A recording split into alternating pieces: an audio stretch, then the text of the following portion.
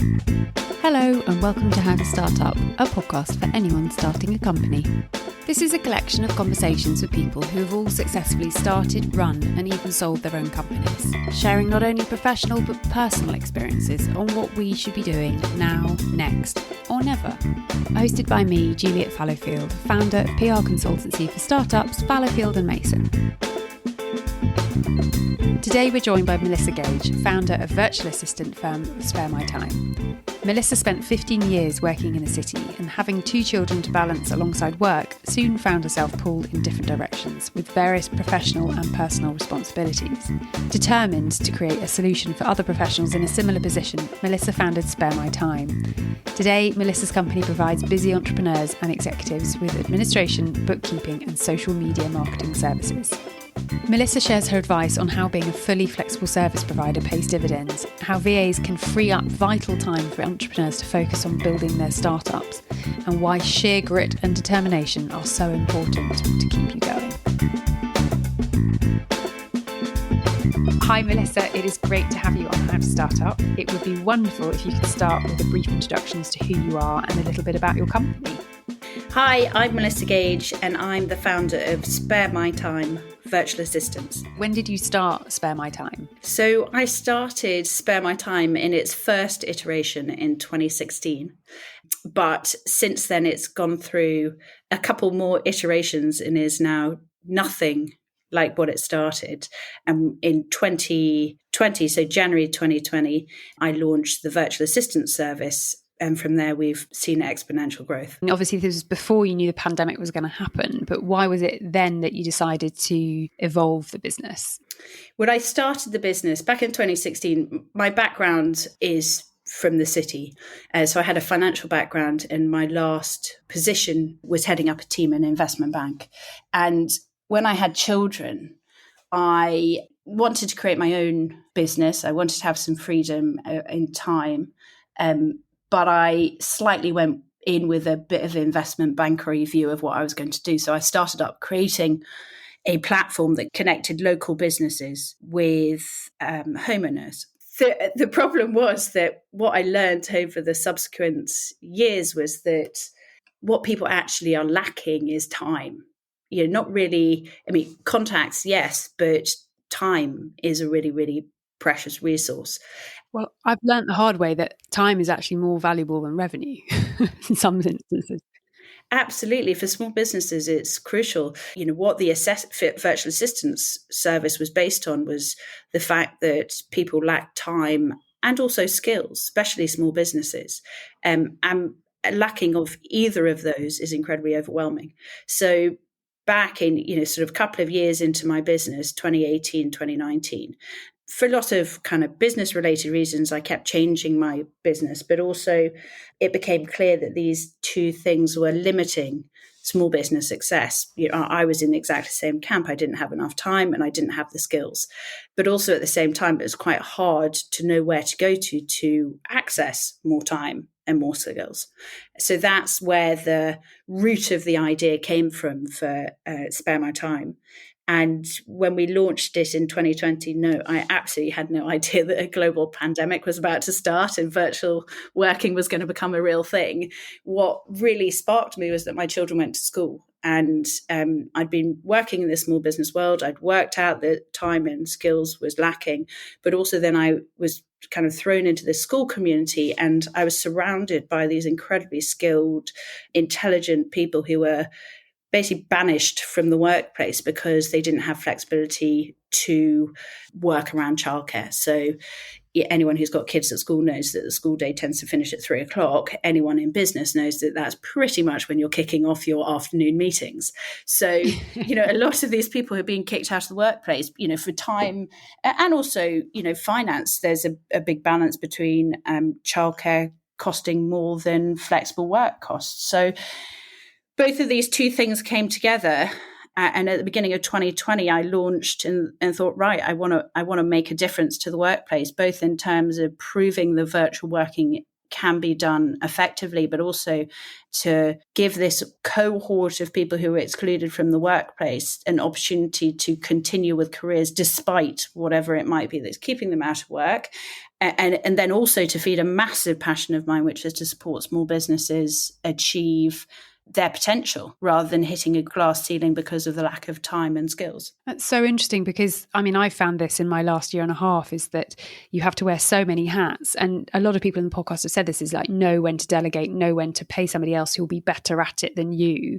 But when you're a tiny business with small budgets, you don't want to necessarily employ somebody full-time straight away. And if you can, have that social media expert for 4 hours a week, that's all you need and that's all you want to pay for. But until now, I haven't heard of this solution. So it must be game changing for so many small businesses. Have you had some incredible feedback so far? Yes, I think, the way that I look at it is to bring city caliber and city quality to small business, because, it really frustrated me that really high quality support was a vestitude of large business. That seems incredibly unfair. But also, you've got a budget constraint.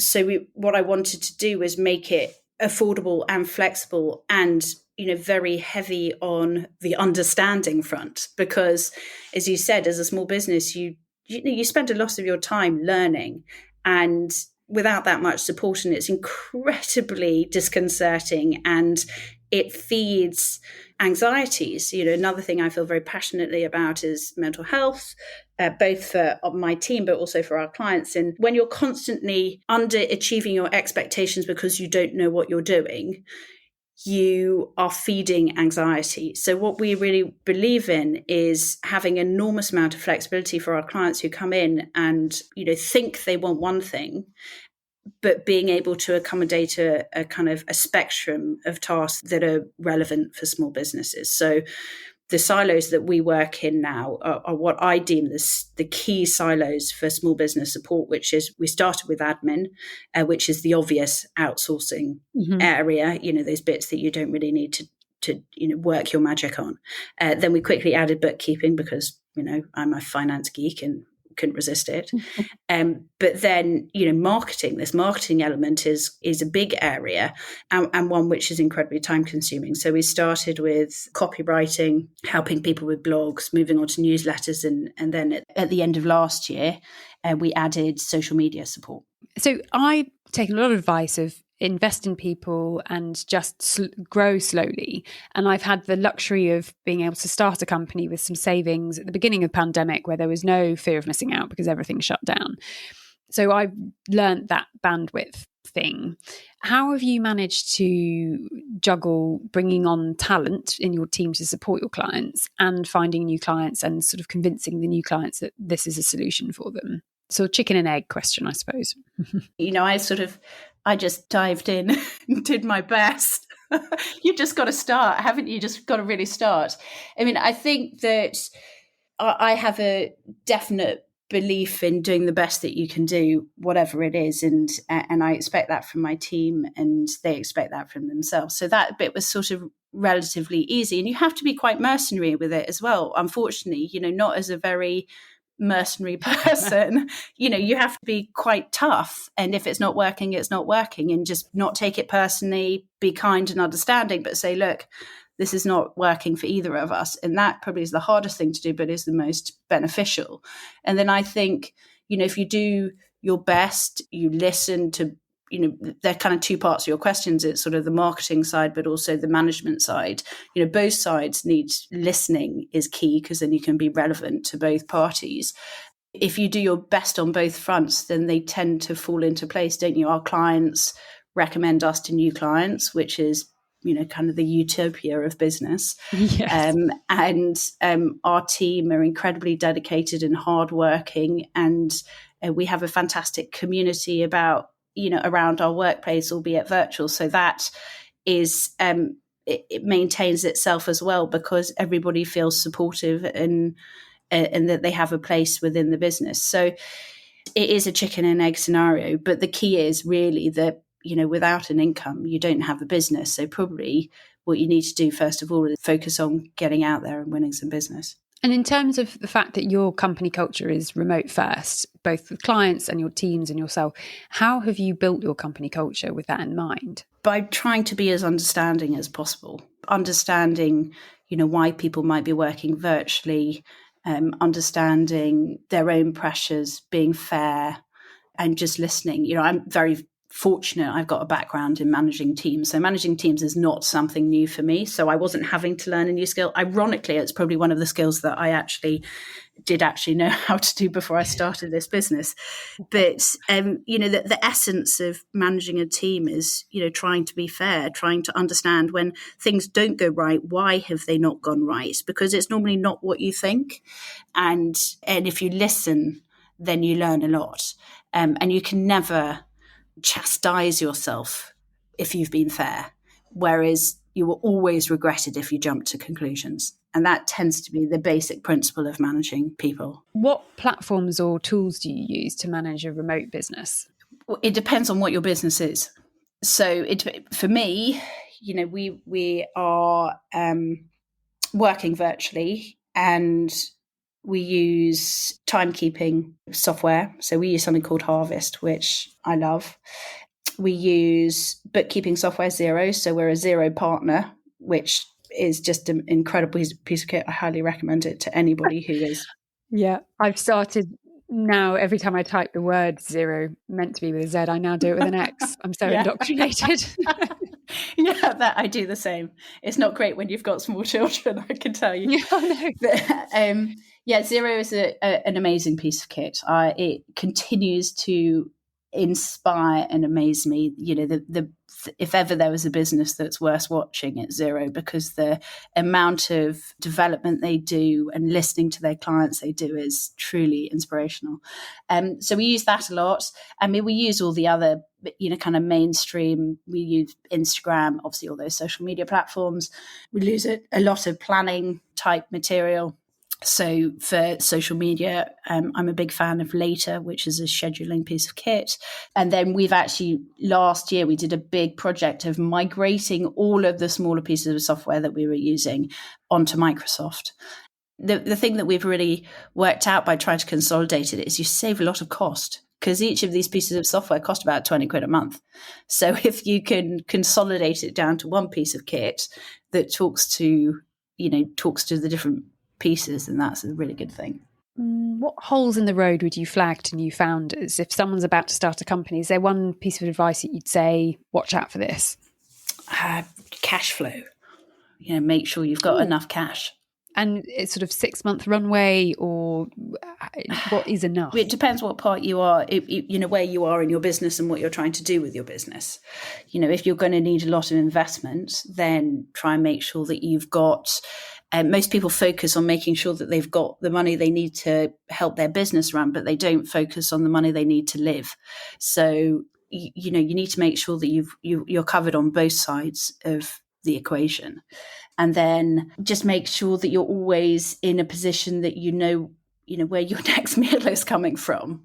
It's very, very easy to focus your cash flow on your business and not be aware of when you're running short. So I would say 6 months. I'd say a year. I'd say if you're setting up a business, it normally takes 2 years to launch a business. 3 years to feel really comfortable with knowing what you're doing. If you were me, I launched my business in 2016, and I didn't actually launch a business that worked until 2020. So it depends what you're doing. If you're focusing on something that you know really well and you've got clients who's going to follow you and you can get that all signed up before you launch, then that's a great bonus. But one thing that's going to kill your business quicker than anything else is if you run out of money. And you're so right, it can add that layer of stress that you're almost constantly distracted by. You can't just focus on getting the business done if you're constantly worrying about, maybe I'm not going to make my mortgage payment next month. How do you maintain or build your self-confidence when you've become self-employed? Listen to the compliments you're given and believe them. Let yourself believe them. I think we're very critical of ourselves because as founders, you're always focused on the next thing. You might have had a great year, but we had a fantastic year last year, but I'm already focusing on this year. And I don't think at any one point in time I've stopped to realize quite what we've achieved. Thank God one of my team who's been with me the whole way keeps saying, can you remember what we were doing 2 years ago? And that's great because it reminds me how much we've achieved. But it's very easy to believe in the things that you haven't done or what you would like to do better. But every time someone says something nice to you or it congratulates you on what you've achieved or built to that point in time, just take a moment to appreciate it and give yourself a kind of pat on the back. What do you enjoy the least about being your own boss? I mean, there's nothing I don't enjoy about being my own boss. I love it. In that case, we'll move on. Would you have advice about how to price your product or your service? Initially, see what other people are pricing and then change it. So when we started, we looked at kind of what the average price of admin VA was charging. And then we kept tweaking it. And then last year, we converted to being an agency, which meant we could do lots of great things like, all of our staff are now on payroll. So they get pensions, holiday, get treated properly as they deserve. But obviously there's an enormous cost in that. So charging out as a freelance admin VA is not appropriate. So you have to listen to, how your business is moving and what your customers are saying, and be realistic with yourself. There's no way that we should charge the same as a normal admin VA, because the quality of the service that we're providing and the flexibility of the service we're providing, not just in terms of, the actual service provision, but in terms of, if your chemistry isn't working with your VA, we'll move it around and all that kind of stuff. And I had a very interesting conversation both with the lawyer who we were using to do this conversion to an agency, and my dad, who's an ex-venture capitalist, who just said black and white, you're really undercharging. So when the periods like that happen, don't be afraid to change. I was terrified about it, and I rather sheepishly told our clients that we're going to be increasing our prices by 30%, and didn't lose one client and won a ton of business in the last quarter of last year, which completely surprised me. So I think just believe in yourself, be resilient, keep changing. And if you get it wrong, change it again. That's one of the joys of being your own boss. And is there any last golden nugget piece of advice that you'd like to offer a new founder when starting a company? It takes time. It takes a lot of time and a lot of grim determination. And from what I can work out, the people who are successful are the people who are the last man standing. So just keep going. I love that. So true. When you're sitting there at midnight going, why am I doing this? It's sort of, having that grit is definitely something that you learn. Thank you, Melissa. I really appreciate all of your advice that you've just shared. Thanks so much for having me on. If you'd like to contact Melissa, you'll find all of her details in the show notes, along with a recap of the advice that she has so kindly shared. Thank you for listening to How to Start Up. I hope these conversations offer you some confidence, encouragement, and reassurance that you're on the right track. If you enjoy this podcast, I'd be so appreciative if you were to rate, review, and subscribe, as it will really help other people starting a company discover it.